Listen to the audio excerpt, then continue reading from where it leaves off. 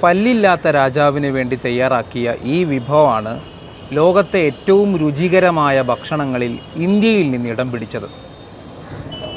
കഥ പറയാം. ലക്നൌവിലെ ഭക്ഷണ തെരുവുകളിൽ തിരക്കൊഴിയാത്തൊരു റെസ്റ്റോറൻറ്റും അതിലെ രുചികരമായ ഒരു വിഭവമുണ്ട്. ടുണ്ടേ കബാബിയിലെ ഗലൗട്ടി കബാബ്. ഈ കഥ ആരംഭിക്കുന്നത് 1700കളിലാണ്.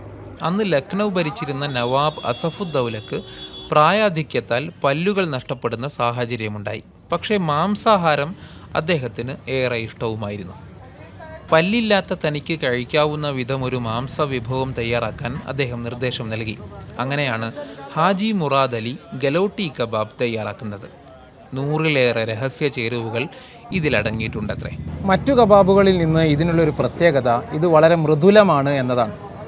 ഇത് രൂപപ്പെട്ടതിന് പിറകിലെ കഥയും ചരിത്രവും ഉൾച്ചേർന്ന ഒരു പാരമ്പര്യ രുചി കൂടി എനിക്ക് അനുഭവിക്കാനാകുന്നുണ്ട്. ഗലാവട്ട് എന്ന പദത്തിനർത്ഥം അലിഞ്ഞത്, മൃദുവായത് എന്നൊക്കെയാണ്.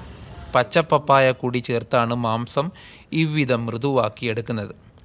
ടുണ്ടേ എന്നാൽ ഒറ്റക്കയ്യൻ എന്നാണ് അർത്ഥം. വിഭവം തയ്യാറാക്കിയ മുറാദ് അലിക്ക് ഒരു കൈ മാത്രമാണ് ഉണ്ടായിരുന്നത്.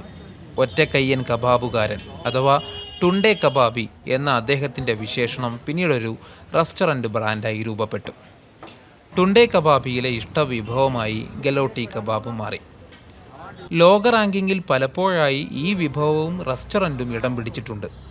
ലക്നൌവിലെ അമീനാബാദ്, ഹുസൈനാബാദ്, അക്ബരി ഗേറ്റ് തുടങ്ങി 3 സ്ഥലങ്ങളിൽ നിന്നാണ് ഈ ചിത്രങ്ങൾ ഞാൻ പകർത്തിയിരിക്കുന്നത്. നമ്മൾ കഴിക്കുന്ന വിവിധ തരം ഭക്ഷണങ്ങൾക്ക് പിറകിൽ പലപ്പോഴും ഗംഭീരമായ കഥയും ചരിത്രവുമൊക്കെ ഉണ്ടാകാറുണ്ട്.